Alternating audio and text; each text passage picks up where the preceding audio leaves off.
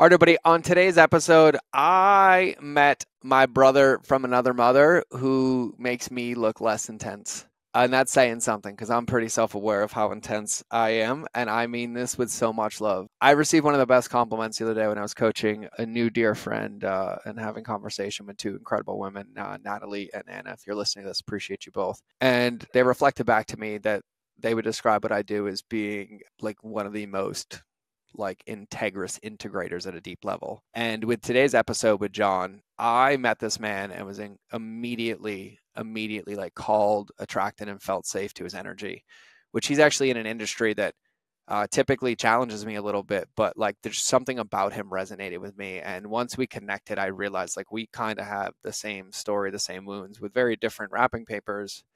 And I got him. And I'm saying this to frame this episode because this episode was incredible and we talked fast and there's a lot of nuggets in it. But I realized that I don't know a lot like to mastery. I know a lot to be dangerous, but I know enough that if I integrate it every day through my actions and state of being, that I will learn all of it and master it. And it's been working incredibly well. And so there's people in this world where I'm like, hey, listen to what they're saying. Like, listen. Then there's other people I'm like, hey, watch what they're doing. Like, just watch how they live. Watch how they operate. Watch how consistent and congruent it is. Like, watch how literally omnipresent they are and they feel. Like, watch them do the work, right? And that's one of these people. And for me, John is somebody to listen to because this episode is loaded. We talk about anxiety at a level of mastery for entrepreneurs with some book recommendations that literally kind of was like therapeutic for me. And I was like, holy moly. And we riffed back and forth because he dealt with a ton of anxiety. So did I. We talked about uncovering the bad habits that created the anxiety and depression, how to change your relationship with it, how to help your nerves, the book recommended, undoing people pleaser, becoming a leader. And this episode really challenged me and forced some perspective in a way that I was like, holy moly, I get to go back into the gym in this area. I get to go back in the gym in this area. And so this episode is a gift for me. And so I'm really, really excited. So that's what I'd say. So I'm going to say buckle up for this one. It might be a listen twice or listen on 0.75 because him and I both talk really, really fast. But this episode is loaded with nuggets and gems and tools, distinctions to implement immediately that will benefit absolutely everybody. So I can't wait to hear what you think about it. I can't wait to hear what you say. Shoot us a DM. But without further ado, let's get into the episode.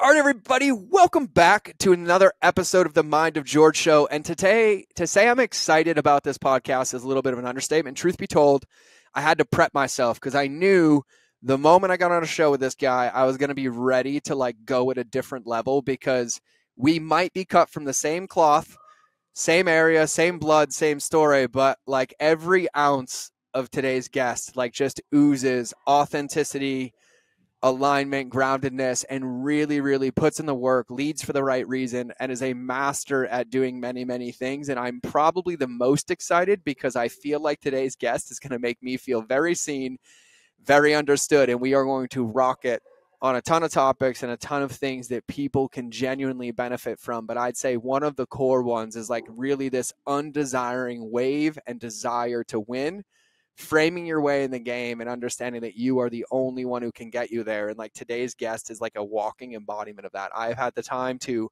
internet stalk him like the professional that I am. And now I've got to connect with him and he's a new father and we just instantly bonded. So I feel like I'm adding a Jersey rotation to my trip to go hang out with today's incredible guest. And so without further ado, I would like to welcome John Viguero to the show. So John, welcome to the show, my friend.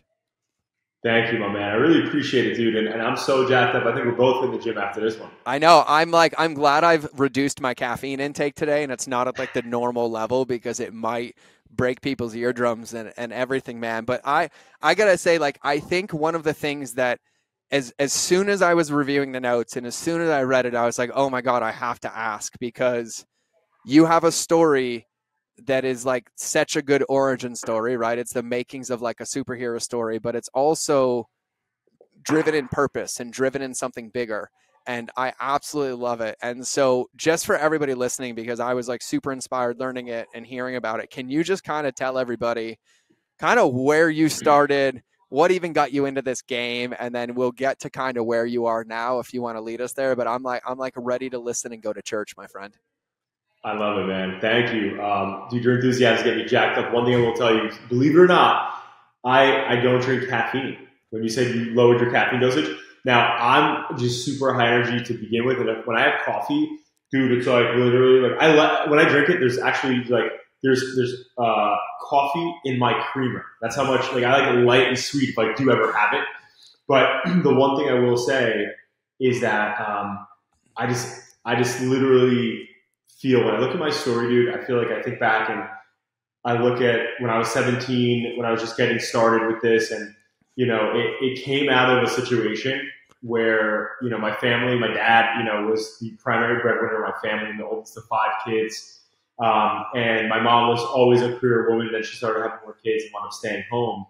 And my dad came to me and, you know, he was like, dude, listen, you know, we're in a position where, you know, we could potentially lose the house, right? And to backtrack, and alcoholism is big in my family, right? Like him, grandfather on both sides, like alcoholism is a real big thing. So I had to step up when I was probably like 9, 10 years old when my youngest brother was born.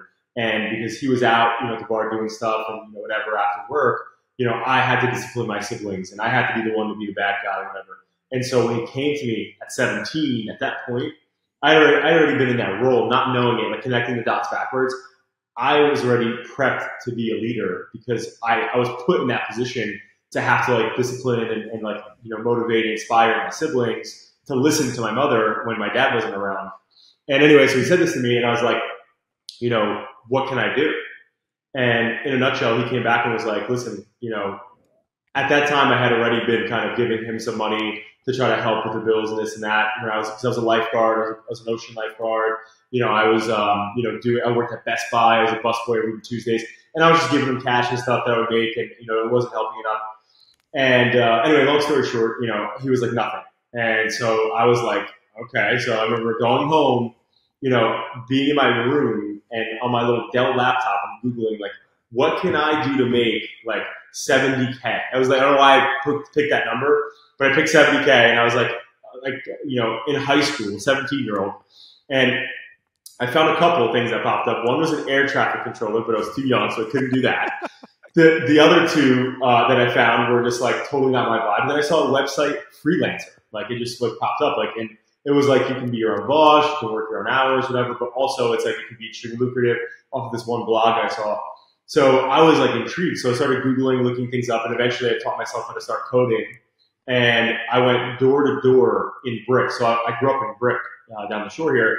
And I remember telling them, like, I'm going to figure this out, like, whatever. So I started this business because I didn't have a plan B. That's the biggest thing, George. I had no plan B. I was like, dude, I'm all in on this. There's no plan B. And at the time, because I knew I was all excited, I was like, all right, I'm going to start a business. I got all my buddies. I had like 3 or 4 of my buddies where I'm like, guys, we're going to do this. And they were like, all right, cool. Literally, all of them quit on me after the first 2 weeks because we were door knocking and phone cold calling, and nobody would give us a time of day. So fast forward, you know, I got out there. I got one yes. It took me 3 months in the winter to get my first yes here. And that was like the game changer for me. And that's why I love like even communicating with people like you, because it almost feels like you're in an AA meeting for entrepreneurs, right? And most entrepreneurs, dude, have fucked up journeys in the beginning. Yes. And that's how they got on the path. And I didn't realize that. I thought I was just the only guy that was dealing with my dad's stuff and this and that, whatever. You know, not having money, being on food stamps and stuff. And fast forward, I meet my first client and I'm talking to him, and this guy had the craziest story, you know, and way worse than mine, you know, and boom, here he is, a business owner, employing people, helping the community, giving back. And I'm like, damn, there's people out there that are fucked up like me. Yeah. So I was like, this is great. And fast forward, you know, to kind of give the long story short version, you know, I wound up getting my parents out of that situation financially. So I got them out of that position, you know, took care of the house. And from that point, when I did that, now I'm sitting here, you know, I was probably close to like 18. So I was grinding for like, you know, a year or so. And I'm like, I love this, and like I'm like about to graduate high school, and I'm like, do I need to go to college? And so I went to Ocean County College for like half of a semester to try to get business information out and like take a business course. And I want to drop in because the professor's a dickhead. Yeah. And and fast forward, now we serve entrepreneurs in 20 countries around the world, ranging from a solopreneur all the way up to a Fortune 500 client. And we are here. So like what the passion changed for me was, at first it started with websites. So I'm building out these websites for these people, and and what I'm hearing is, revenue is an issue, or people don't know my name. So what we shifted from being a company that's like just building websites and then eventually just doing SEO and just doing some marketing stuff to over the past like probably like 7 years, we shifted to really be focused around driving revenue with data-driven, methods, as well as building a brand. So, that's where we are now. And, we have offices in Jersey, in the Freedom Tower in New York, formerly, the World Trade Center, in the Twin Tower area. We are in the UK, in Kensington, and then Coral Gables, Miami. Nice. But that's the now situation. Yeah, dude, I have so much to ask you already, and so I want to hit a pause. So first, actually, when you were talking about it, you reminded me, one of my dear friends, somebody I love dearly, Bo Eason, incredible story, but he wrote this incredible book called There's No Plan B for Your A Game. And I'm going to tell this story because I feel like you'll appreciate this. And for everybody listening, please, when John just referenced like there was no plan B, like this is a big part of this game. But Bo grew up in like middle America. Bo's like 5'11". He was like 150 pounds soaking wet. And when he became a freshman in high school, like as a young kid, it was like 8th grade, he decided that he wanted to draw a picture on a piece of paper. And he wrote like, I'm going to be the only NFL player from my high school. Right. Like, and we're talking like scrawny white kid, no one in his school, no one in his high school, no one had ever been drafted into any professional sport whatsoever. And he like made it his mission and vision, and he wrote it on a piece of paper. You go around and turn out, Bo goes through high school, and not only does Bo get drafted, 3 other kids from his team that he led got drafted into the NFL, and the first ones ever from his school. And like Bo on a good day, I think is like 5'11". He was like 185, and he ended up having an entire career in the NFL thinking that that was it. And then here's the craziest part, and this is the part that got me. When he got out, he realized that there was something else for him, and he wanted to be able to speak and inspire people. So he did it again, and he decided to design a play where he was the lead, the writer, and the performer, and ended up getting to be coached by Al Pacino and giving a Broadway play on his story after the NFL as a performer with like the same thing. And now his son Axel, and I don't remember how old Axel is right now, but I think he's 16 or 17. He is most likely going to be a double drafted football and baseball, or football and basketball athlete. I don't remember which one, but literally stop it from this early age. And the book is called There's No Plan B for Your A Game. And I'm telling you, like, he is one of the most incredible, like the best dynamic speaker. He's a speaker coach now, but like the essence and the fabric of it, of like what you spoke about, like just reminded me of it. Now I have a question for you, and this is personal for me, right? I grew up very similar to you, except the internet didn't exist when I was a kid. Right. And so, my situation with my family is like social services came in at 13 and took us, and I wasn't having any of it. And I was like, fuck you, if you think you're going to be my parent after what I'm coming through. Right. But I realized, like, I look back now and I look at like my parents' choices, and they were like alcoholics and drug addicts and things like that. And they were doing the best that they could. But there was like something in me that I could never explain. And it was like this deep knowing that I wanted something different. I didn't know how, I didn't know what, but there was like this thing of like, I shouldn't be here. Did you always have that, or have you ever thought about that? Because like at 17 years old, to be able to be like, all right, cool, I want to help my dad, but then while going through high school, to get online, to figure out what it is, to door knock in the middle of a Jersey Shore winter, which by the way, everybody's like the Arctic freeze, especially when the wind blows, right? And like going, and like you're bringing people with you, and they're like, no, I'm out, I quit, I'm boom. And like you keep knocking, like, where did that come from for you? Like, what is that for you? I just want to say something. I don't know why you were talking. Just I want to acknowledge that, like, dude, you're such a great person and you're a beautiful soul because of what happened to you, right? And I 1000%. think the one thing that most people don't realize, and when the chills right fucking now, G, Yeah. is that most people what they don't realize is that in the circumstances that we feel in the trenches that suck and that we hate. I said to myself so many times, like, why I've had some really, really bad and deep conversations with my father, Mm-hmm. because of his situation. And, I think I remember being like, why the fuck was I stuck with this dad? Right? Like, why did I get stuck with this dad? But you know what, though? Again, I love this Steve Jobs quote where he goes, you can never connect the dots looking forward, only looking back. So when I look at it now and I look at my son and I look at, my company, and I look at my siblings and my wife, like everything he did, right, in that moment, you said it perfectly. Our parents, anybody who is a parent out there, right? Again, some are shitheads, Yeah. okay? But at the end of the day, if you're getting that, you needed a shithead, right? And you needed somebody to make you who you are. And I'm using a bad reference, obviously, poor reference, but they're like, not everybody's meant to be a great parent, and they're doing the best they can, right? Or they just simply don't care. But the point though is if I am going to be grateful, like somebody said to me the other day, like, dude, you're self-made. I can't believe what you built, blah, blah, blah. And I remember anytime I've ever heard that, George, in the past, I'd be like, yes, like, dude, I fucking never took a dollar from anybody. I don't owe any debt, on my company. Everything I did was self-funded. I made money, put it back in. And, but somebody said that to me recently, like, I think like 2 weeks, 3 weeks ago. And they were like on an interview, and they're like, dude, you're self-made, whatever. And I was like, dude, honestly, I'm not self-made. Like, my dad crafted me. Yep. And I hated him for it, but he fucking crafted me Yep. with the shit that he put me through and my family. And I guess, again, full circle. So did I have those moments where, like, why am I in this situation? The poor me card? Yes.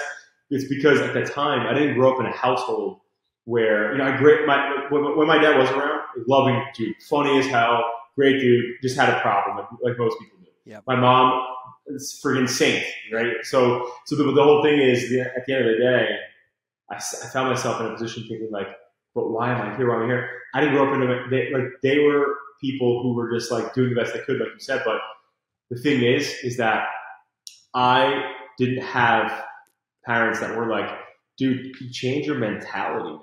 Like, you can't be thinking that way. And that's part of, like, with me and my son, and now I want to have a big family.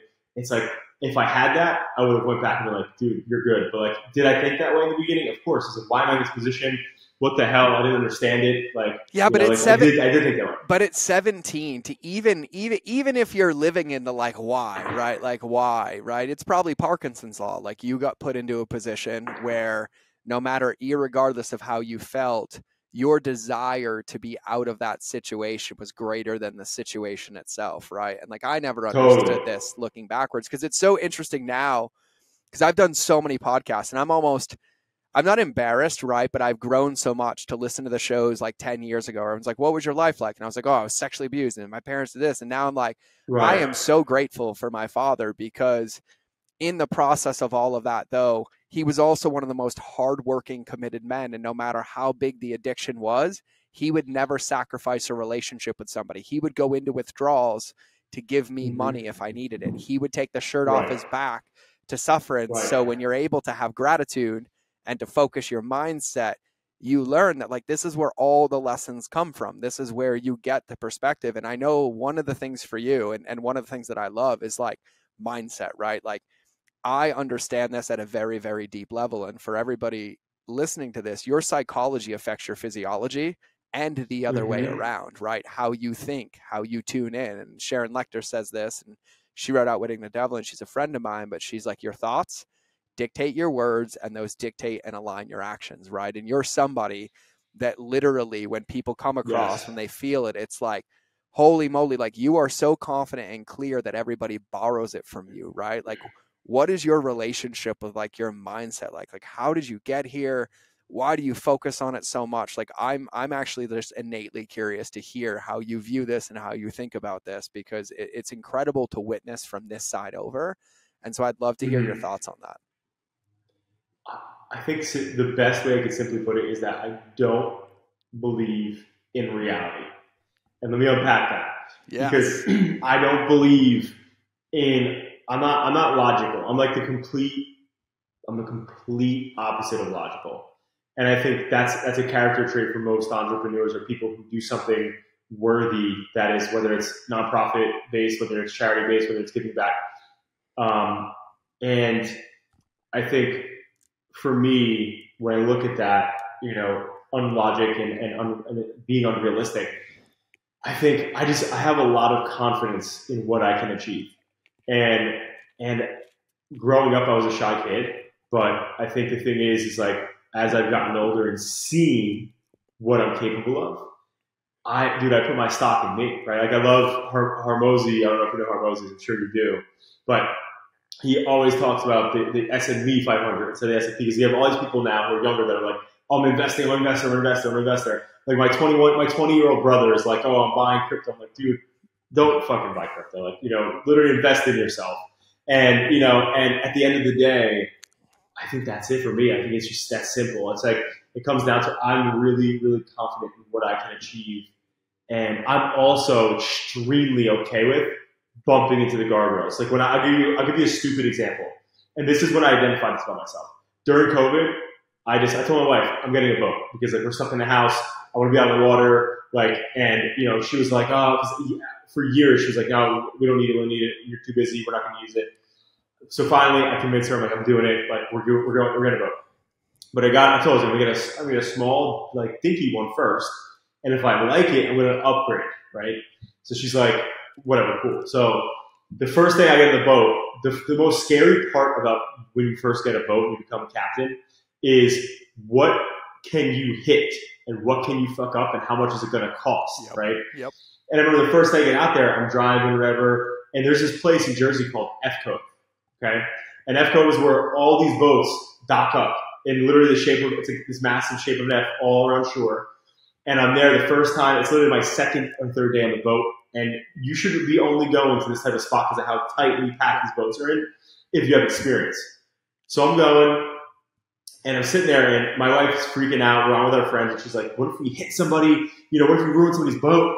And I remember looking at her, I go, that's why we have insurance, right? Like, that's what it's for. And I actually wound up hitting somebody. Yep. I hit somebody's boat. I tapped somebody's boat. Yep. And I remember at the end of the day, that's my mentality with a lot of things in life, where it's like, it's okay if I fuck up. I don't believe, like, when Johnny, my son, is old enough, and we have more kids, only 4 or 5 kids, God willing. But the thing is at my table, we're going to talk about and celebrate what we tried and any failures. Because failures, to me, the definition of a failure is not the same for other people. Failure to me is, okay, we tried something, didn't work, let's get back up. What people equate to failure in my language is when they walk away from something. Yeah. That is below failure to me, right? Because failure is a great thing. Thomas Edison failed 9,999 times. And if he didn't do it one more time, we wouldn't have a light bulb, right? Or maybe not as quickly as we did. Yeah. But look at that example. So I think that would be it for me. Yeah, well, I think now, like, what's really, really interesting is, like, looking back, like, I'm 40, and one of the jokes I say when I keynote now, I'm like, how many of you have ever read a fortune cookie, right? And, like, saved the message, right? And they're like, yeah. I'm like, cool. Right. How many of you can remember reading one, like, at least 10 years ago? They're like, yeah. I'm like, how many of you wish that you believed it every day until today? And, like, every hand stays up, right? Like, it's so interesting, like, even your example, like, coming back, because I've had the same experience. Like, I remember the moment in my life where the first time, like, something happened, I'm like, oh, we have insurance, right? And now people come to my events, and I get angry, elevated, and I threw a microphone through the chandelier at the hotel, and everyone, like, stops in the event, and I was like, what? That's what insurance is for. Let's go, right?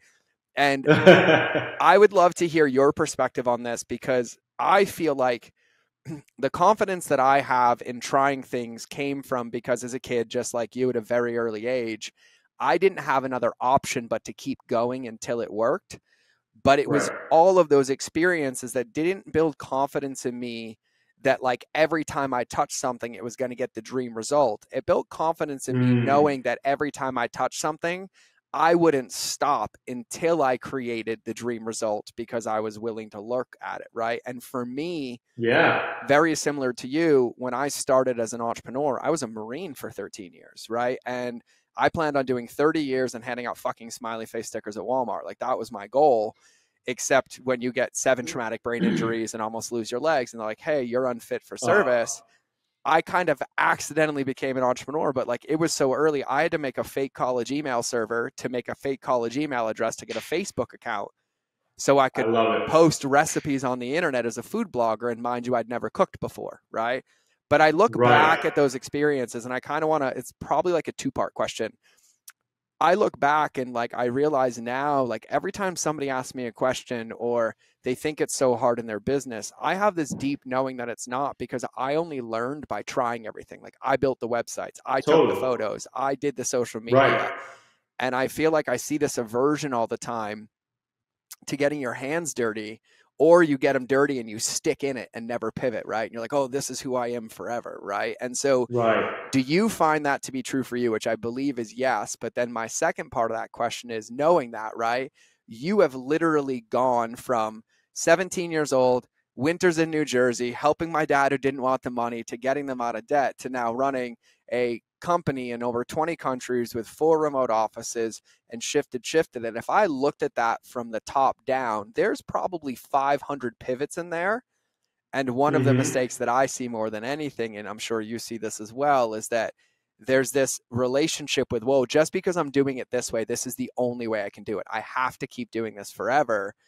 But my success and yours, and I'm even going through this now, I'm redoing the business, I'm redoing the models, how I make offers.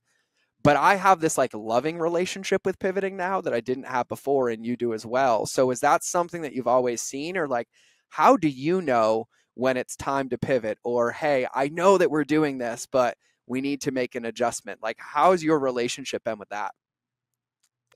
I'm extremely self-aware, and I keep people around me that keep me honest, that keep my company honest. And so when things are not going to par, I know about it in my gut, but if I don't, I have people around me that'll be like, boom, flagging this shit up, dude. What the hell's going on here? Like right now, we just made a massive pivot in adapting social. Like we made a major restructure of the entire organization. And I heard something when I was younger that said, big ships turn slow, right? Big companies, so they can't pivot. And that's why they fail. Yep. And with me, part of our DNA is being agile. Like, dude, it's so important to be agile, to run. Like, I love Steve Jobs again when I was 17 reading his like biography and stuff, his autobiography and shit. Like, he talked about how he ran and he left Tim in charge, running Apple like a small business.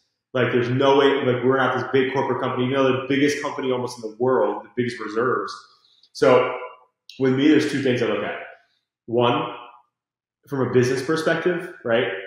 I always look at the blood, which is the revenue, right? And the profitability. People get in business to make a couple dollars, and they typically don't know the art to actually being an entrepreneur, which is you have to net good money. You cannot be somebody who like is making. I know clients that make $2 billion and they spend almost $2 billion. Right? Yep. So it's like people live in that world. And for me, I'm in the sport of supporting entrepreneurs and making money and a profit from doing that. And the thing is that from a business perspective, I'm always looking at that. So looking, okay, what does profitability look like? Is profitability down? It's down. What's going on here? And then I start to look and follow, and follow the cookie trail. So, and then my personal life, it comes down to, I'm somebody who has dealt with anxiety disorder for a majority of my life. Mm-hmm. And one of the things for me is like, I look at the things that I either am like super stoked to do, or like I find myself dragging my ass for. And I'll give you a quick example of my health as an example. Like in 2020, I was home, I was drinking like a fish on the couch with my wife. We were like working remotely, and I put on like 30 pounds, right, during COVID. And what's wild is it was a slow progression, because before that I was flying here, driving here, traveling, doing this, doing that, whatever, building the business. And so I was just like, dude, I was like fucking skin and bones. And I think I was at like 230 pounds at my biggest. And I was working out, I was doing stuff, and like the weight was just not coming off. And so for me, I took an inventory. I'm like, all right, I hate how I feel. I feel sluggish as hell. And for me, the first thing I did was, which I always go to, is who's the expert that can help me, right? Because I'm not helping myself. Mm-hmm. So I went out, we hired like the top, one of the top people in the city, in New York City, for like just like weight loss, health, overall nutrition. And she taught me one valuable lesson I just want to throw out here because, you know, again, with those cats, bro, I'm glad you didn't lose those legs. Yep. Those things are badass. Thank you. But literally, she said to me, she goes, I just want to give this golden nugget for any guys that are listening that have stubborn fat or are stuck. She's like, what's your diet? And I gave her my diet. And she goes, most people don't realize this. And she's a very holistic person. She goes, most people don't realize this, but men were literally engineered to be hunter-gatherers. So she goes, you shouldn't be eating breakfast. And in some cases, you shouldn't even be eating lunch. You should be eating less means you're eating too much. And that changed everything for me. So I started working out and fasted workouts in the morning. Yep. I'm big into boxing. Yep. So I started doing my fasted workouts. And then fast forward, dude, in like literally, I think it was like a few months, I dropped the weight. Now like I'm back to like what I was almost like right after high school. But the thing is, it's like, so for me, I take those inventories and then I find the expert, right? I don't want to waste time. And I think, do you know who, why am I drawing a blank? Ray Dalio is? Yes, of course.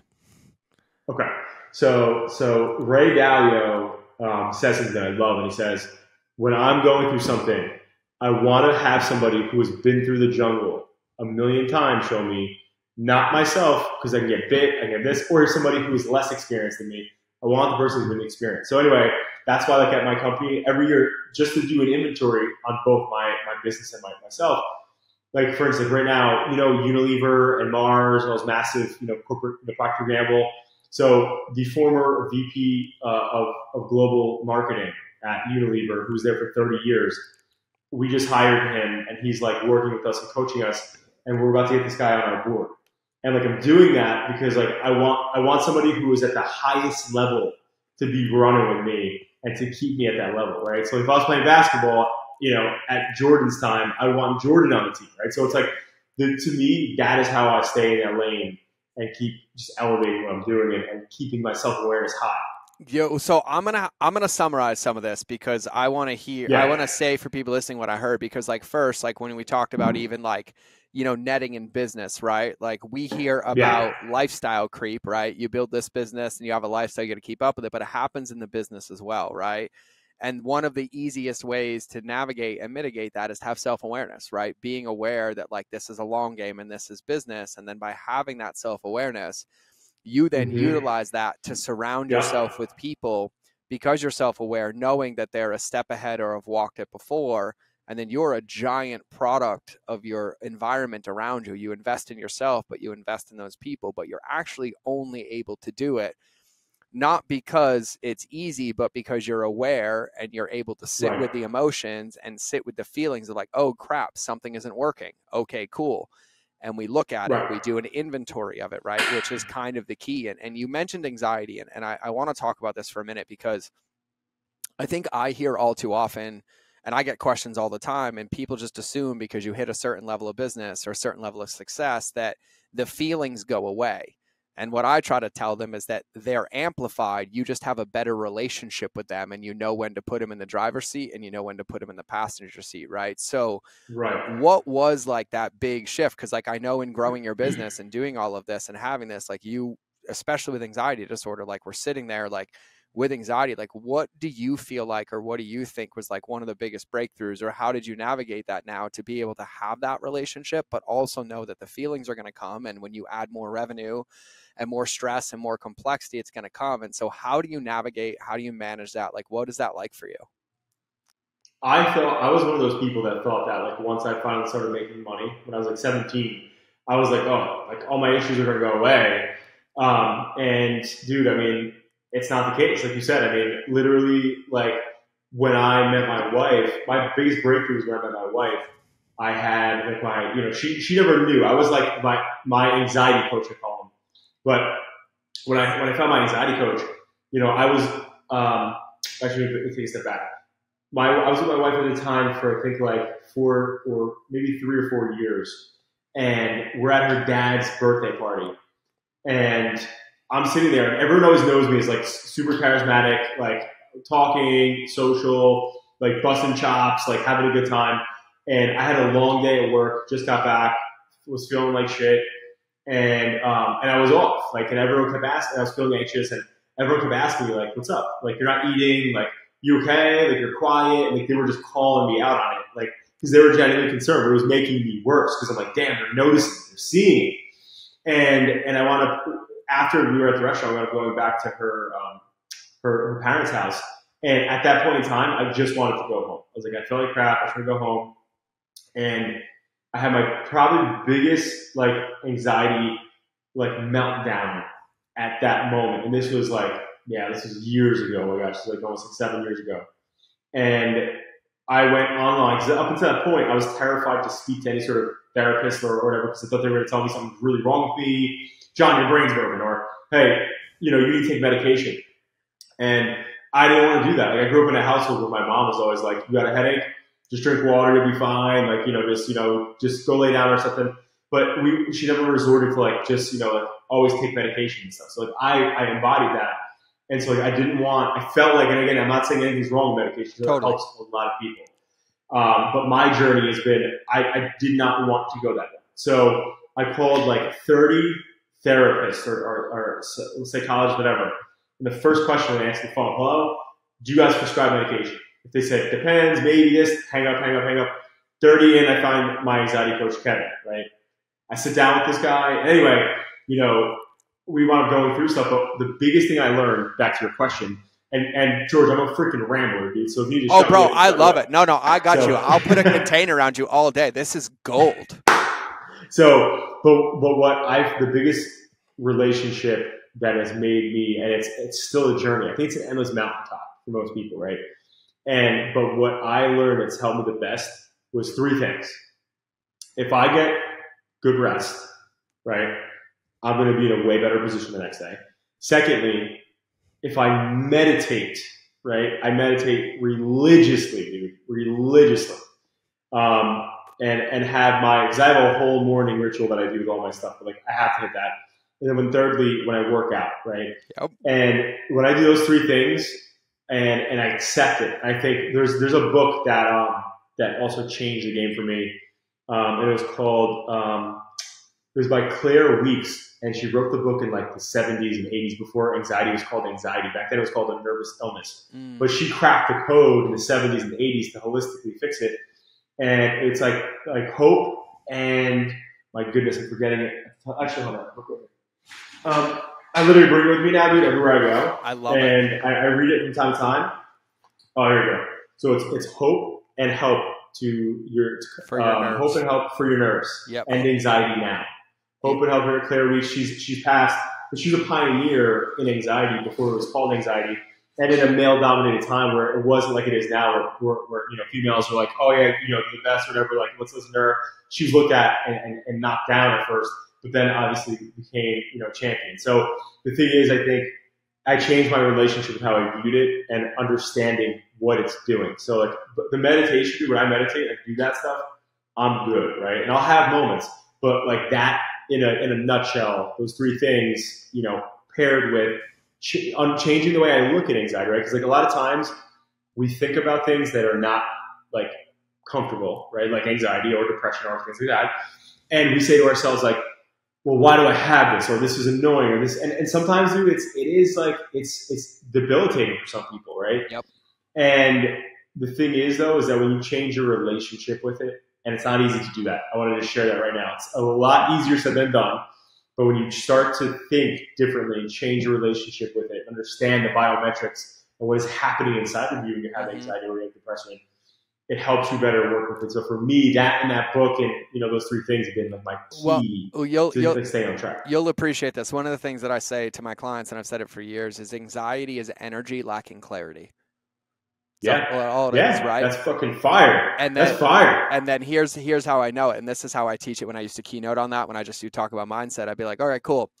How many people in here have ever like ridden a roller coaster, right? And everyone like puts their hands up, right? Or been skydiving or bungee jumping, right? They're like, yeah. I'm like, do you remember the feeling? And they're like, yeah. I'm like, tell me the feeling. And they're like, God, it was like this pit in my stomach, this nervousness, like this weight in my chest, right? I'm like, yeah, totally. I'm like, awesome, cool, remember that.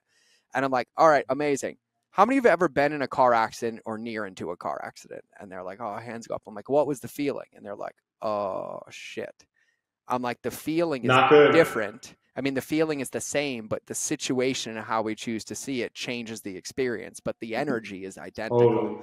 And so actually, for those listening to the podcast, by the way, because this is a man of success and listening, you might remember, I don't know, 6 episodes or so where I talk about our sacred light keeper quadrants, where you have to earn the right to work. And that starts with moving your physical body, setting your mindset right, and then actually getting into your future by meditating your future self-journaling, because it is number one, we are the only biological creatures that don't have a natural ability to drain our lymphatic system. And that's what movement and sweating does for us, which none of you listening can ever tell me that you've been having a bad day, you've been overwhelmed, and you went to the gym for 5 minutes and didn't immediately have clarity, but you just have to move that energy. And so I actually want to give credence and weight to what you're saying, because our goal, and this is for my listeners, our job is not to eradicate or eliminate the emotions. It's to build a relationship with them, give them a cup of coffee and tell them to sit the fuck down and shut up, because I have to drive irregardless of how I feel. And that is like the end game of the goal. And so, yeah, man, you can ramble all day because this is just straight fire coming out of your mouth. Now, I know the Can I add it? Please. Can I add a tweak to your energy statement? Yeah. I love it. What I read in Claire's book, which again, if anybody has anxiety that wants to like, I'm buying that book today. How it works, I will buy that book. Dude, I'm telling you, it's a game changer. But she shares that it's misplaced adrenaline. Yep. That's running through your body. Yep. Right. So that energy is in the form of adrenaline. So your adrenal glands are opening and they're seeping because your body is feeling like there's a reason to be scared or nervous. Yep. And so it's adrenaline without clarity. And I thought of that just because it's crazy. It's a great saying. Yep. And it's adrenaline lacking clarity. When you think about car accident or those things, what's actually happening all over our bodies is adrenaline's rushing through us to get through those experiences, right? Yep. And sometimes with anxiety, that's what it's doing. It's giving you adrenaline because your nervous system is sharing to your brain and your body, hey, throw this out there. We're about to get into fight or flight mode up there. And so, it's battling. It's not battling. It's based on what Claire says. It's being calm through it and letting it pass. And flow past it. But definitely get that book, dude. It's so good. Well, and I have a book for you. Ready? Because what you're talking about, and this is why I could talk to you all day. This is dangerous. Dangerous. One of the big things that I'm sure you're aware of this, but you're a master of, is that you have the self-awareness and the capacity to control when you get triggered in an anxiety, to allow the space to clear so you can go back from sympathetic to parasympathetic, which allows you to respond, right? And that's a level of mastery that is there, because with what you're saying, and everybody listening, I don't know if you heard this when John was answering, but when he was answering the question about like, well, when things change or when things get hard, it wasn't, oh, I have an idea, I'm going to react immediately because my adrenaline is up. It was like, oh, something's not working. I'm going to take a peek at, do a current inventory, and allow myself to navigate the field, which is what creates peace for that adrenaline to come back into your parasympathetic nervous system, i.e. rest and digest, and then be clear-headed and make a plan to execute to move forward. But the gap in between that is there's an incredible book by an author called Scott Carney. He's coming on the podcast. It's called The Wedge.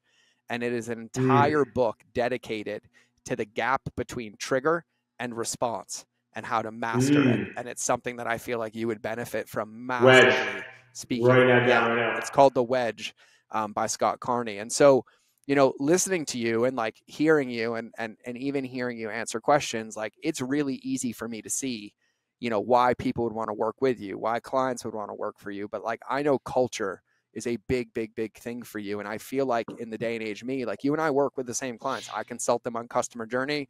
You consult them on revenue, right? But I see the same things as like they talk culture, but it's do as I say, not as I be a whole lot of times.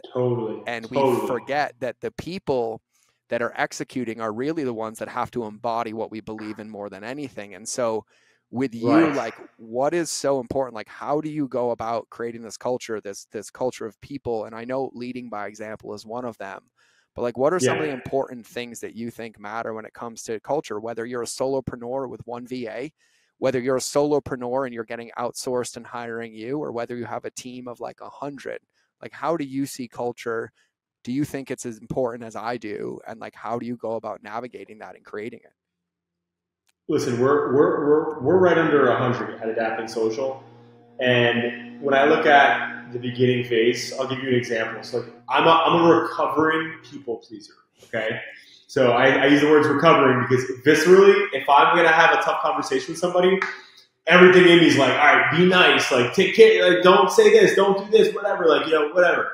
And, you know, it's uncomfortable for me naturally. Right. So for the beginning of my first few years of my journey as a leader, you know, I was always so caring and tender and this and that. And if somebody fucked up over and over and over and over again, I was always like, it's all right, listen, we're going to figure this out. We're good.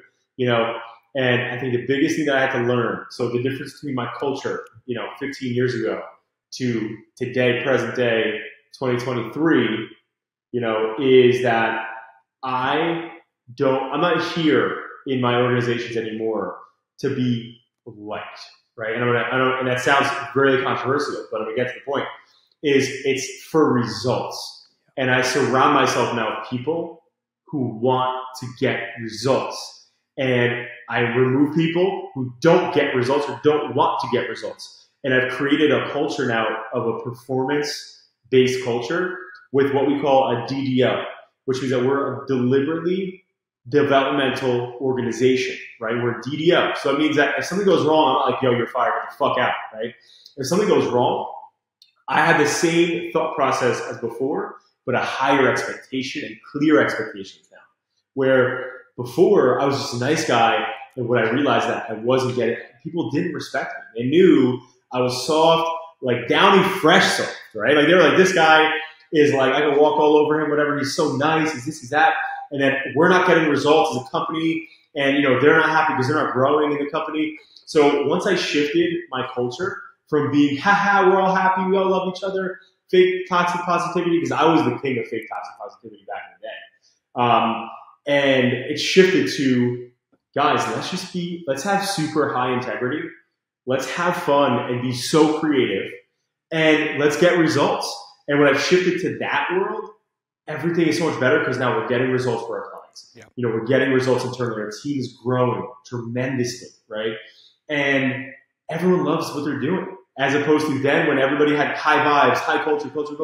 You know, it shifted from people quitting. Like our churn rate, you know, back in the day was so freaking high, man. And you know, now it's way better. And so for me, culture is everything. But I look at it so differently. I look at it like, I care about you, George, and I want to see you succeed. So I'm going to hold your feet to the fire, and I'm going to be there with you. I'm not going to ask you anything I wouldn't do, and most of the stuff we're going to do together, right? But I'm going to focus on getting the best performance around you. And the one thing that I love is that my executive team and my leadership team, it's about close to 15 people, and in those two leadership teams that we have, from exec to leadership, literally, what I hear about my leaders is they push me to my best performance. And that's the culture that we have. Because you know what? You're growing, you're learning, you're stretching. And just like anxiety, our culture is about one thing. It's about progress. But it took me a long time to figure out the formula to progress, right? And a lot of different people like Tony Robbins and this person, that person. But pain plus reflection is progress. Right? Because when you look at what happened, even for an anxiety attack or whatever, if you're out there and you got one, don't just go home and sulk. Think about what happened. Think about what made you anxious. If you're in a business setting and you know things aren't going the way you want it to go, okay, let's look at the pain, let's reflect, and let's move forward. Right? So I think those are the things for me about culture that have shifted. And I want there's not one person in my company, not one, that I would not genuinely go out and get a beer with, or genuinely go out and like actually chill with.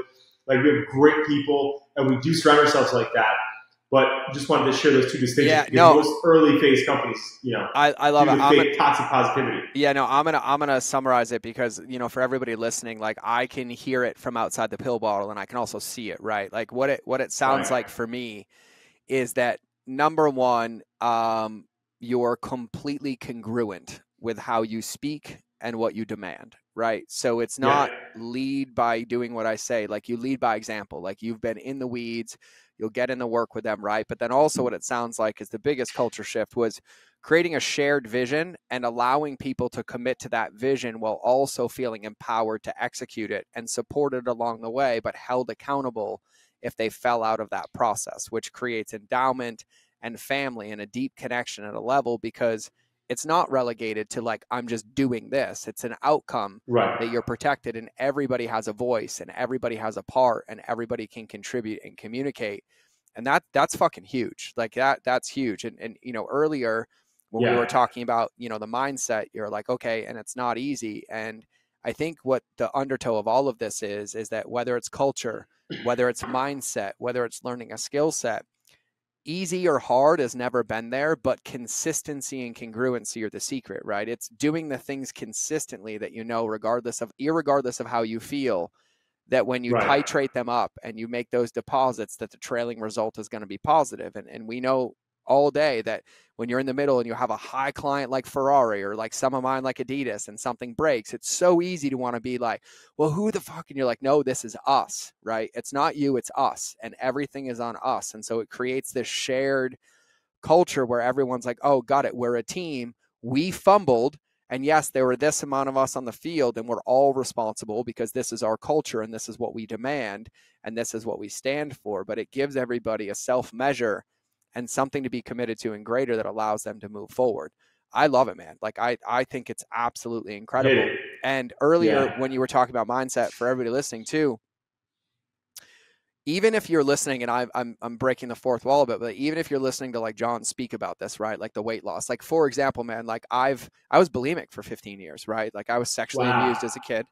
And the only time I ever felt control as a kid after that happened was I would have so much anger in my body, but I never wanted to hurt anybody. So the only way I knew how to get it out was to hurt myself. So I would binge eat and then I would purge because it made me feel like I was in control. To fast forward to like Mm. being an active duty Marine and leading Marines in Afghanistan. And then in between missions, I was in a porta potty, like purging. And this was like at the height of Wow. like my career, right? And so my weight and everything was up and down for Right. years, yo-yo, right? Like I'm 5'7", and at my heaviest, bro, I was 275. Don't Wow. recommend that. But this year is Get really, out of here. yeah, no, and I'm not joking. This year is crazy because I teach this stuff and I do this stuff, but also at every level of business, at every pivot, there's new lessons, right? There's new demons, there's a new dragon to slay. And something shifted for me this time. And even in just highlighting the power of your morning routine in mine, I realized that I fell victim to doing my morning routine rather than embodying it for quite a few Mm. years. And Yeah. come the beginning of this year, a few things shifted and I caught it. And I just adjusted it a little bit. But then here's what's really, really funny. I got on the scale one day and I'd lost 30 pounds and I didn't know where it went. And I was like, what the fuck? And now I'm 40 years old. I don't have a structured workout. I don't have a structured diet, and I have a six pack, and it's effortlessly, but it's because of Let's the go. embodiment and the consistency of that routine. But more importantly, not what was in the routine, that I Yeah. kept the routine irregardless of how I felt, and I was willing to make adjustments inside of it.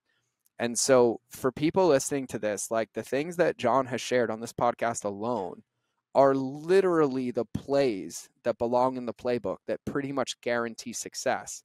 But the success doesn't come because you do the actions. The success comes because you continue to do it irregardless of the results. And that's what creates them. And I just wanted to say that for a minute because Love that. I've fallen victim to being the paradox of the work, right? And teaching the work and being like, oh, what's missing? But even talking to you, like the reminders to like go in, right? And to be self-aware and to be willing to look at the situation and say, where can I grow and where can I shift and where can I audit, man? Like I think it's super, super powerful. So I'm going to ask you a question. I don't actually ask people this, but you are Fine. so educated. You are so well read. You have dropped so many books, but like if you had to throw out like what some of your favorite books were or some of your favorite resources to learn from, like I can hear how much you consume knowledge. Like what would you say are like some of your all-time favorites that you like recommend to people? And it can be anything, any area, anything, but I actually want to write them down and buy them. So before I do that, I just want to preface it with one thing. For anybody out there that is watching this that could relate. I feel you on this, but I was in all. So when you said you're educated, and I love that you said that, because for me, my I was in all remedial classes growing up, meaning like in the rooms that I was in had an 8 in it, like, and all that shit, like, so literally that was my world, right? So like here you say that's awesome, but my top threes easily, and I read them every single year. And some of them I bring with me, and when I travel and go places, I just reread it because, I heard the saying, it's fucking, everything's cliche now because of the internet, but it's like, when you read something over and over again, right? Like Think and Grow Rich has probably been one of the biggest ones for me because Tony Robbins, what's this other guy's name? Drawing a blank right now. Tony Robbins and what's this gentleman's name? It'll come back to me. But they talked about how they read that book, and like that was like the founding book in America for personal development. Napoleon Hill was like a founding person. He was like the first Tony Robbins of the 1900s, right? Yep.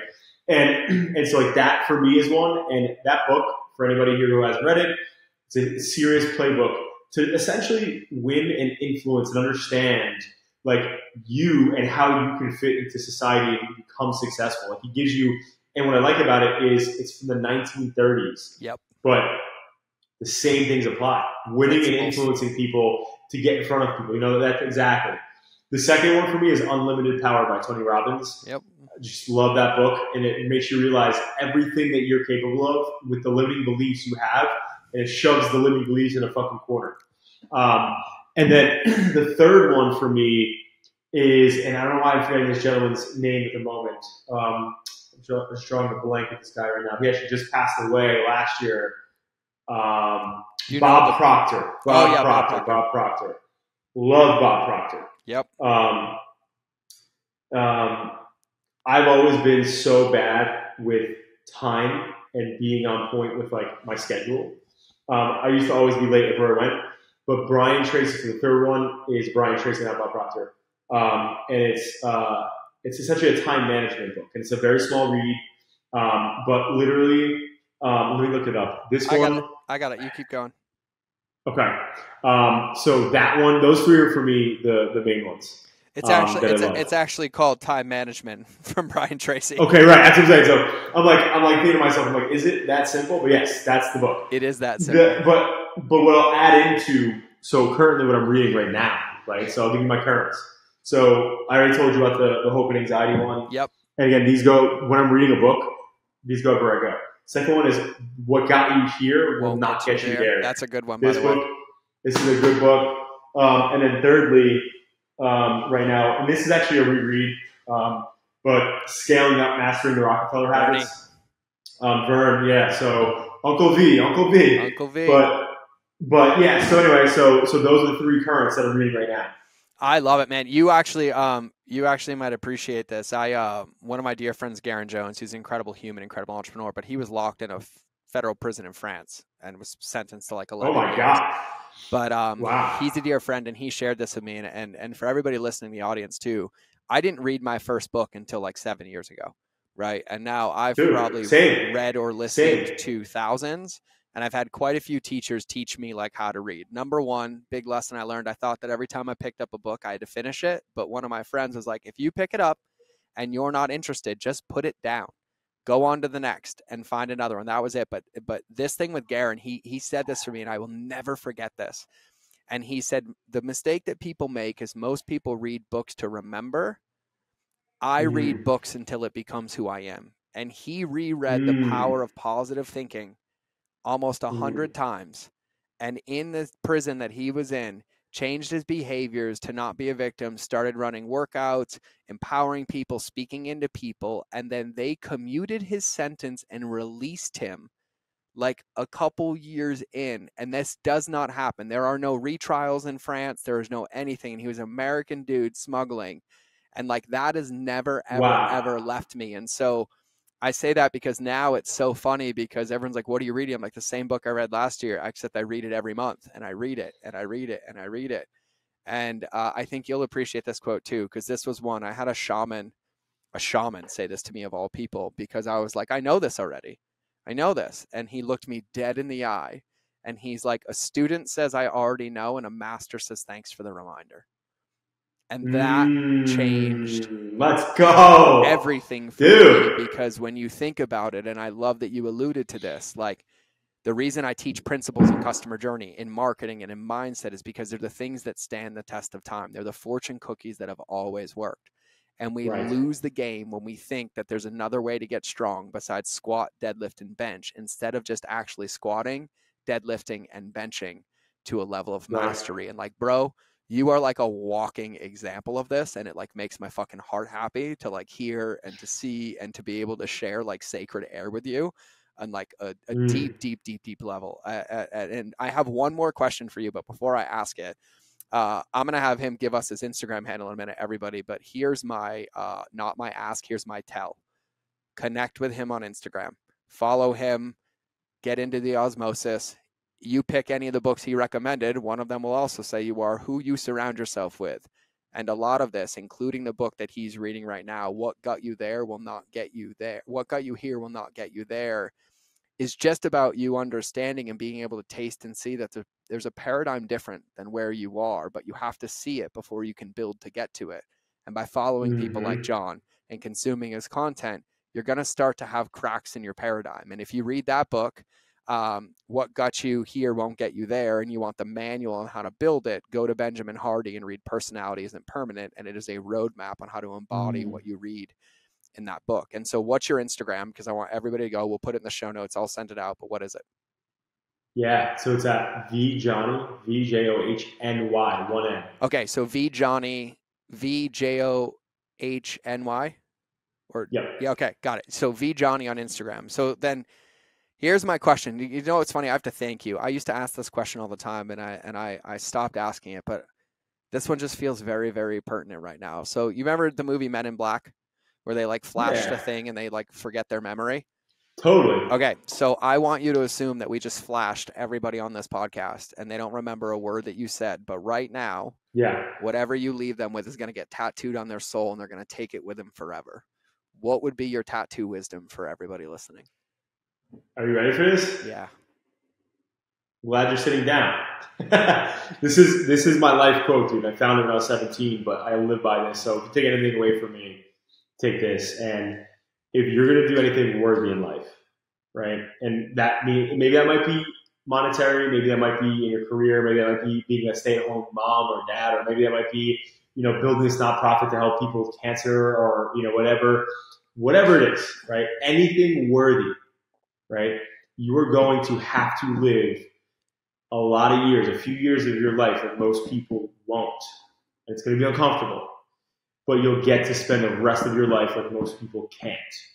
And so take that, unpack that how you will, but it is literally forever. Like when I started AS and I went to, I was in my parents' house, obviously, I was like, I wanted to find a quote. I found that. It's by Unknown, right? So, I found it and I printed it and I put it in my parents', next to my bed. I put it on my ceiling. So when I went to bed, I woke up, I looked at it. It was in my parents' bathroom, right, in my basement. So I have my own bathroom. And so every day I woke up and I saw that. I knew every time I got to struggle before I'm going to ever emerge, right? It's part of the science. It's part of the formula. The formula is struggle, pain, reflection, pivot, get better, right? And so that saying to me is what helped me. And the one thing I do want to say too is, dude, it's so important. I'm sure you know this, but it's so important that whatever you're going to do, that you have the right spouse with you doing it. And I literally, my wife is my everything. She's literally, she's my rock. But that saying, when we moved, I'm like a damn gypsy, George. Yep. I move like every so often, right? So in one of the moves, I lost that original paper that I had from 15 whatever years ago. And one day I'm in my closet and she hung it back up for me one day. I didn't tell her to, didn't ask her to. She just found the exact quote online, printed it exactly how it was, and then boom, put it in my closet. One day I came home and I saw it, and she put a little note next to it saying, how much I'm a great husband, and how much she believes in me and all that sort of stuff. And I'm like, damn. But you need people like that around you so that when you are going through the struggle, when you are living your life like people don't want to, meaning the hard work, missing birthdays, working hard, getting yelled at by clients, failing at certain things, getting back up, whatever. You have a person like next to you like that supports you, that's there for you, that wants to support and jump in and help you in any way. It makes those few years that are struggling, right? Yep. Way more achievable and not achievable, more palatable, if you will, and better. Dude, I love it. But yeah, that's what I would say. I love it. And yeah, for everybody listening, by the way, what John's talking about, if you don't have a spouse, that whole podcast I did on the SOS method, the inner circle is 9 people who hold you accountable to your potential but don't believe your story. That's why you build them. That's why you have them. And dude, the similarities, by the way, every toilet in every house and every place I am, my office, everywhere, there's one quote about the old Cherokee with the 2 wolves in your head. The one about fear, anger, depression, guilt, and the one about love, joy, happiness, abundance. And the young son asked the grandfather, he said, well, which one wins? And he said, whichever one you feed. And it hangs above every single toilet in every property that I spend time at, because environmental design is the secret, man. You surround yourself with all the things and you tune in. And so for everybody listening, just if I had to be a broken record anymore about environmental design, about having a mindset, about meditating, about doing the work and being self-aware, about the power of consistency, here's a gleaming example embodied in front of you, spitting it back to you, because no one's going to listen to me anyways. They'll listen to you, which I love. So go for it. Get it into practice. But man, like, honestly, like, I just want to say thank you. Like, thank you for being the work. Thank you for being an incredible husband, a father, a leader, being so open, vulnerable, and like really so resilient to keep going and to show people there's a path, man. Like, this was truly, truly an honor to do this podcast. Dude, same here. And listen, I'm a big believer that time is one asset we don't get back. So the fact that I got to spend it with you, and your energy and, your mission here, what you do in the world, I'm just grateful that we get to, share a stage like this together, man. And I'm always, happy to be a part of it. I feel like we might have to do an ancestry thing, because I just got off a call before this and I end it with all. And just so everybody knows, time is the one asset that I can't give back to you, and you chose to spend it with me. And so I have the most amount of gratitude from the bottom of my heart. I feel like I might be afraid to run our ancestry, and I feel like I have some Jersey stuff in me. But other than that, I know you're not from there originally, but either way, we're good. So for everybody listening, do me a favor, make sure you connect with him on Instagram. It's VJohnny. He spelled it out for you. And at minimum, just shoot him some love, shoot him some gratitude. Just say thank you, speak into him, get in tuned, take these reminders, and remember that there's something on this show today, something you heard. Write it on a sticky note and let that be the one thing. Take that one thing and put it into practice and put it into progress. And once it becomes a behavior, grab the next one. But that's the way that this work is done. And trust me, Johnny probably gave you about 70 sticky notes alone. So take them, put them into practice, embodiment, and you will be there before you know it. So this has been another episode of the Mind of George Show. Remember that relationships will always beat algorithms, especially, and now with even more edification, the one with yourself, because when you invest in that, everything else wins. So we'll see you in the next episode, or you will hear me in your earballs. But either way, we're out.